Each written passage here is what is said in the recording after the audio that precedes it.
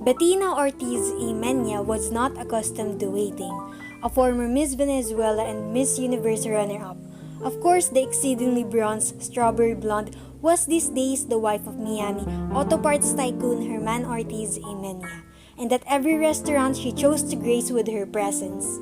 She was always greeted with reverence and whisked to the exact table she desired. Today, she wanted the corner table on the terrace at Sip Sip, her favorite lunch spot on Harbor Island. She wanted to sit on one of the comfy orange canvas director's chairs and stare out at the gently lapping turquoise waters while eating her kale Caesar salad. But there was a large noisy group taking up the entire terrace and they didn't seem in much hurry to leave. Bettina fumed as she glared at the tourists happily savoring their lunch in the sun. Look how tacky they were. The women overly tanned, wrinkled, and saggy, none of them properly lifted or Botoxed.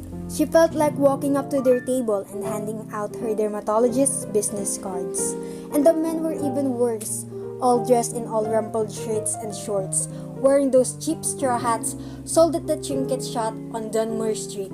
Why did such people have to come here? The 3.5-mile-long paradise with its pristine pink sand beaches was one of the best-kept secrets in the Caribbean. A haven for the very rich filled with quaint little wood houses painted in shades of sherbet, charming boutiques, chic oceanfront mansions turned into inns, and 5-star restaurants to rival St. Bart's.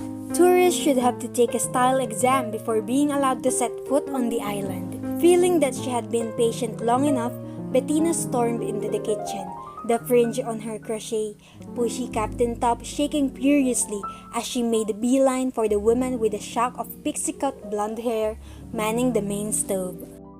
"Julie, honey, what's the dealio? I waited more than 15 minutes for my table," Bettina sighed to the owner of the restaurant.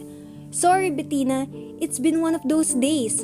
The party of 12 on the terrace showed up first just before you did," Julie replied as she handed off a bowl of spicy conch chili waiting to serve her. "But the terrace is your prime spot. Why on earth did you let those tourists take up all that space?" "Well, that tourist in the red fishing cap is the Duke of Glencora. His party just boated over from Windermere. That's his royal hisman. You see, moored off the coast. Isn't it the most handsome sailboat you've ever seen?" "I'm not impressed by big boats," Bettina huffed, although secretly she was rather impressed by people with big title. From the kitchen window, she surveyed the party assembled on the terrace with new eyes.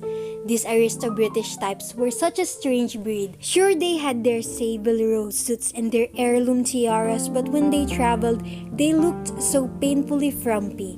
It was only then that Bettina noticed 3 tan well-built men in fitted white t-shirts and black Kevlar pants sitting at the adjacent table.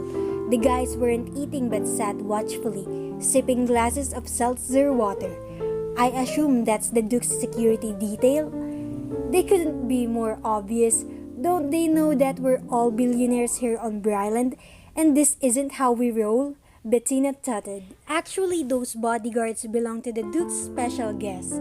They did the whole sweep of the restaurant before the party arrived. They even searched my walked-in freezer. See that Chinese fellow seated at the end of the table? Bettina squinted through her Dior ecstasy glasses at the portly, balding 70-something Asian man dressed in the nondescript white short-sleeved golf shirt and gray trousers. "Oh, I didn't even notice him. Am I supposed to know who he is?" "That's Alfred Shang," Julie said in a hushed tone. Bettina giggled. "He looks like their chauffeur. Doesn't he look like that guy that used to drive Jane Wyman around in Falcon Crest?" Julie, who was trying to focus on searing a cut of tuna to perfection, shook her head in a tight-lipped smile. "From what I hear, that chauffeur is the most powerful man in Asia." "What's his name again?"